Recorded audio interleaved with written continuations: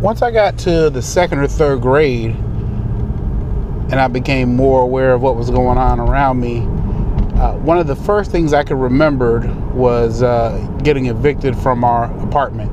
At that point, I didn't really know what evicted meant, but I just basically knew that we moved. I guess my mom didn't tell us that. So I remember, well, one of my favorite memories is living on Stratford Avenue across from the Mohican Market. There's like a cemetery over there now. And there was a bank that was next door to it. At that time, it was a bank. I don't know what it is now, but I remember we used to play over there, and all of a sudden, my mother was like, "We're moving." And I remember it happened very, very quickly.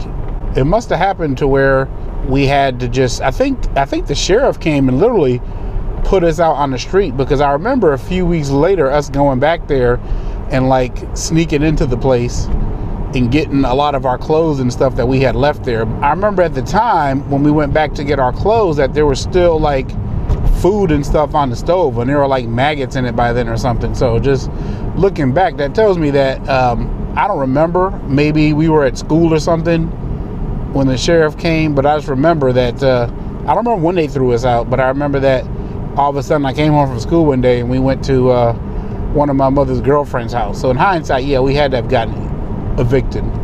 I remember moving from there.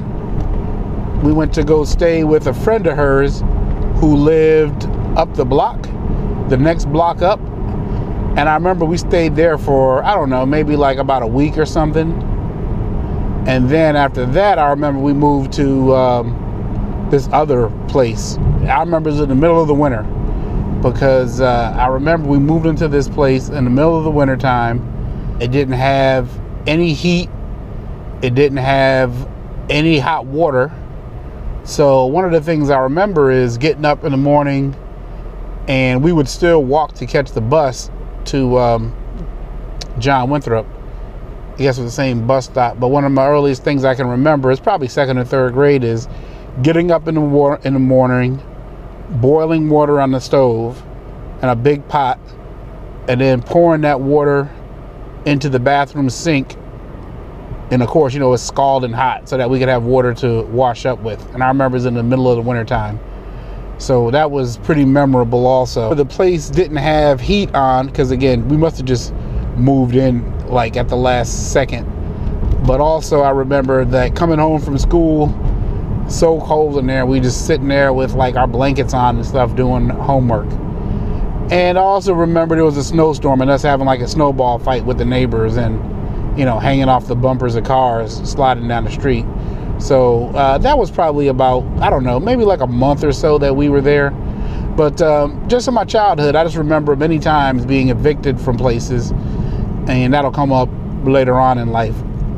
So the whole point of this to say is that although I had terrible clothes and people made fun of me going to school, and although I remember we didn't have a lot of food and we were dirt poor, and I remember that even though we got evicted out of our houses, now that I'm older, I realize that actually we had a lot better than a lot of people, man, because a lot of people, you know, I was reading an article in The Economist, and they were like, you know, like 30% of the world's population still doesn't have indoor plumbing in their house. You know, so think about that. That's like a third of the people in the world, you know, when they go to the bathroom, they got to go outside or dig a hole or whatever, use some latrine or something, which in 2018 is just really like, you know, hard to fathom. So in the same way I was complaining about food, I mean, yeah, we didn't have a lot of food, but there's some people who have no food. Everybody's got a sob story. Everybody has one. Either they were poor as a kid, or they were abused as a kid, or molested as a kid, or everybody's got some sad story. Their daddy died, their doggy died, whatever.